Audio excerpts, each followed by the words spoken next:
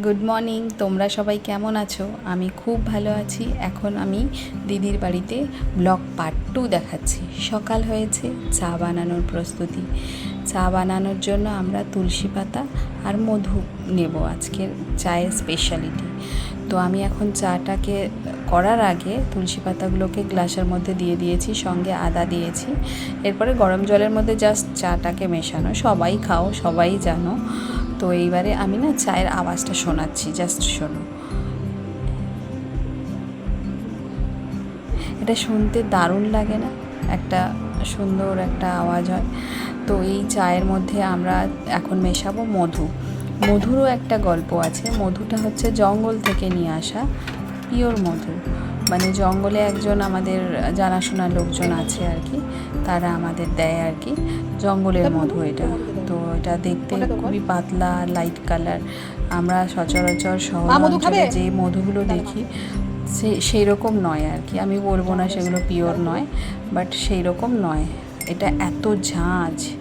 এই যে চায়ের জলসাপাটি শুরু হয়ে গেছে, আমার পুচকিটাও বসে আছে।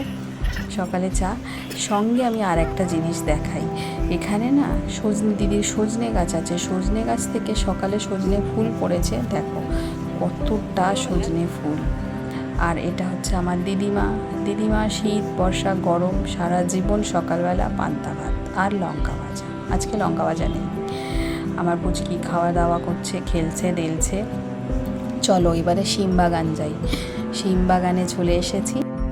এই শিমগুলোর পেছনেও একটা গল্প আছে। এই গল্পটা হলো, দিদি শিম গাছটা এখানে লাগাতে চায়নি। অ্যাকচুয়ালি এখানে একটা পেয়ারা গাছ আছে। পেয়ারা গাছের তলায় এমনি দিদি জাস্ট একটা শিমের দানা কি জানি না, এরকম একটা দুটো দানা দিয়ে দিয়েছিল। তো সেখান থেকে আর কি শিম গাছটা, পেয়ারা গাছটাকে পুরো ঘিরে, দেখো গরু যাচ্ছে। যাই হোক, গরু ছাগল, তোমরা কেউ আবার এটা নিয়ে কমেন্ট করো না, কারণ গরু ছাগল এগুলো তো আমরা কলকাতায় যেহেতু আমি থাকি, সেহেতু সচরাচর অত দেখা যায় না। দু একটা দেখা যায়, বাট অতটা দেখা যায় না। তো এই এখন শিম পাড়ার গল্পটা বলি। যাই হোক, তো শিম পাড়ার গল্পটা হচ্ছে যে এখন আমরা শিম পাড়বো। শিমটার নাম হচ্ছে কড়াই শিম। আর হচ্ছে এই শিমগুলো আমি আর দিদি মোটামুটি কুস্তি করে পারবো, আর তোমাদেরকে দেখাবো যে কতগুলো শিম হলো। শিমগুলো অ্যাকচুয়ালি সবগুলো আমরা খাবো না, কিছুটা আমি আমার সঙ্গে করে পোঁটলা করে নিয়ে যাব আমার বাড়িতে। সেখানে গিয়ে আবার রান্নাবান্না, মানে খাওয়া প্লাস পোঁটলা বাঁধা দুটোই হবে। এই যে আমার দিদি, দেখো আমরা কেমন কুস্তি করে মোটামুটি শিমগুলোকে পাচ্ছি। এখানে আসলে মজার বিষয় কী বলো তো, সব কিছুই আর কি তোমার ঘরের, মানে শিম গাছ, আলু গাছ, ওলকপি গাছ, ফুলকপি গাছ, পুকুরের মাছ।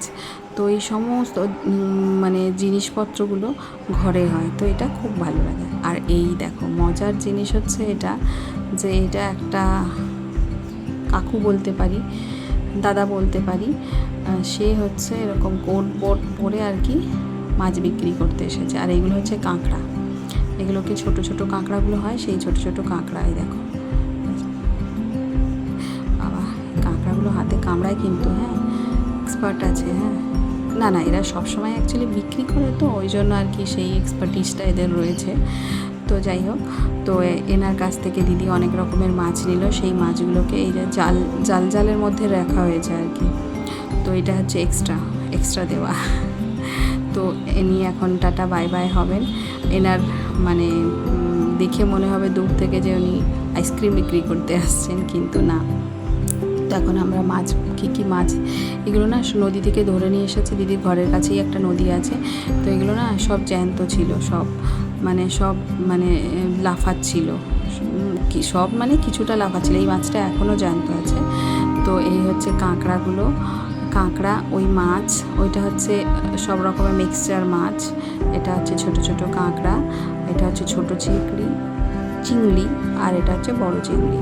তো এই হচ্ছে আজকের আমাদের মাছের বাজার। এবারে দিদি রান্না করবে।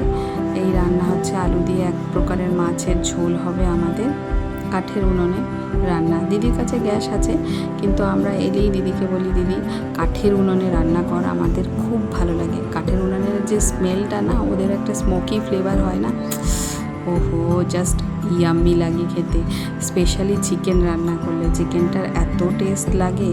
আর দিদি দেখো, এখন দিদির কাছে মিক্সিও আছে, কিন্তু দিদি এই কাঠের উনুনে রান্না করলে আমরা বলি কি সব আর কি ন্যাচারালভাবে যেরকম হয়। দেখো শিল নোড়া দিয়ে এখন মশলা তৈরি হচ্ছে, আদা বাটা হয়, জিরে বাটা হয়।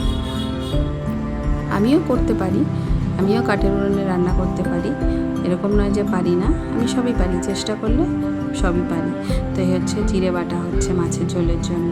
তো এই হচ্ছে আজকে আমাদের রান্নাবান্না হয়ে গেলেই ব্যাস গরম গরম খাওয়া দাওয়া শুরু হয়ে যাবে। তোমরা কে কে গ্রামের মানে ভিজিট করেছো আমাকে অবশ্যই কমেন্টে জানিও। এই যে মাছের ঝোল তৈরি হয়ে গেছে, ব্যাস মাছের ঝোল, আলু দিয়ে মাছের ঝোল। আরও ওই যে ফুলটা দেখালাম না যে সজনা ফুল, ওই ফুলটা ভাজা হয়েছে। চলো এবারে আমরা খাওয়া দাওয়া করে নিই, তোমরাও সবাই খাওয়া দাওয়া করে নাও। Tata, bye bye.